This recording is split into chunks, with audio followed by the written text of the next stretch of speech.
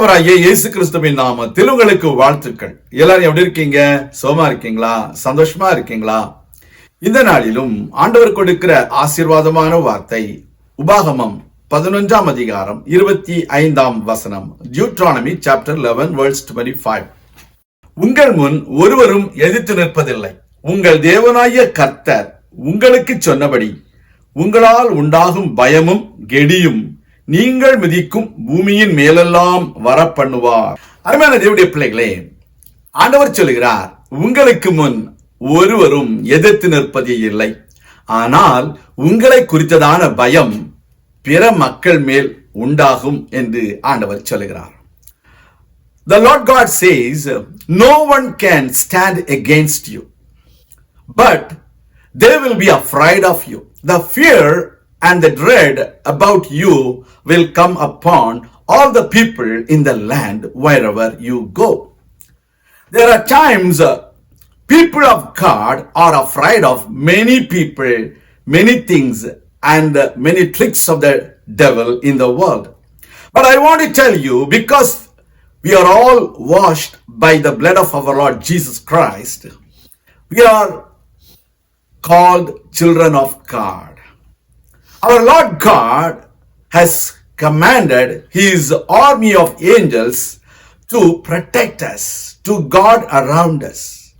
So you need to understand, no one can stand against you because you are a child of God. Because the Holy Spirit has empowered you to stand against every devices of the enemy.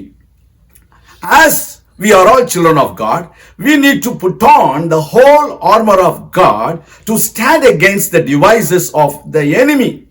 So dear children of God, don't be afraid of anybody, because the people of the world are afraid of you.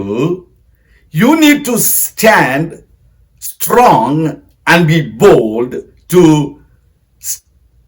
overcome every enemy's tricks in the world.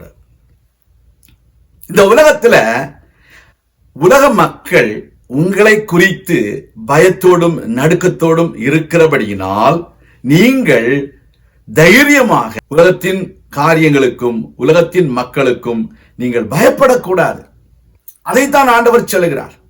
உங்களை குறித்ததான பயம் அவர்கள் மேல் இருக்கிறது. அதாவது பூனையை பார்த்தா எலிக்கு பயம். ஒருவேளை பூனைக்கு இது தெரியாவிட்டால் அந்த பூனை என்ன செய்யும்? எலியை பார்த்து பயப்படும். அப்படித்தான் அநேக கிறிஸ்தவர்கள் இருக்கிறார்கள். Many Christians are afraid of the worldly people. They don't have any power. They don't have any protection. They don't have our Lord Jesus Christ to stand for them. But our Lord Jesus is standing for us. He is protecting us. He is pleading for us. He is interceding for us.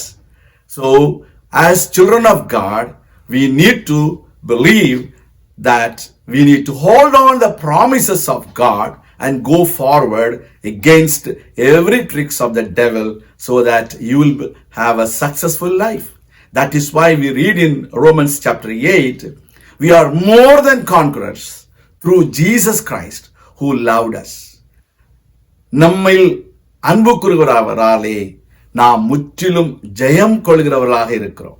நாம் ஜெபிக்கலாம். எங்கள் அன்பின் ஆண்டவரே, நாங்கள் உலகத்தின் காரியங்களுக்கு பயப்படாமல், உலகத்தின் மக்களுக்கு பயப்படாமல், நாங்கள் உம்முடைய பிள்ளைகள் என்றதான விசுவாசத்தோடும் உறுதியோடும் தைரியமாய் செயல்பட கர்த்தாவே எங்களுக்கு உதவி செய்தருளும்.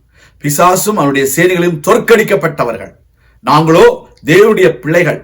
எங்களுக்கு முன்பதாக ஒருவரும் எதிர்த்து நிற்பதில்லை என்று சொன்ன உம்முடைய வார்த்தையின்படியே நாங்கள் ஜெய வீரர்களாக நாங்கள் தொடர்ந்து முன்னேற உதவி செய்துள்ளோம்.